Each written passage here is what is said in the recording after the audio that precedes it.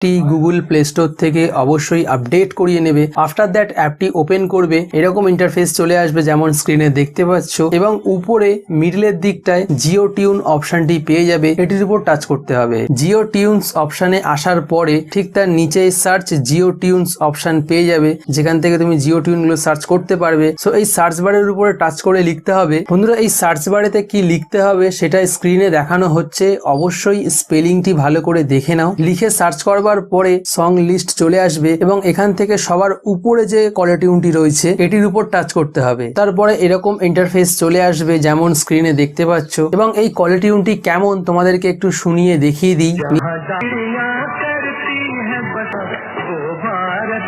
নিচে set Jio tune অপশনটি পেয়ে যাবে, এটির উপরে টাচ করলে তোমার নাম্বারে অ্যাজ এ জিও টিউন হিসেবে সেট হয়ে যাবে। নাম্বার 4, এবারে সার্চ বারে সার্চ করতে হবে। কি সার্চ করতে হবে সেটি স্ক্রিনে দেখানো হচ্ছে। অবশ্যই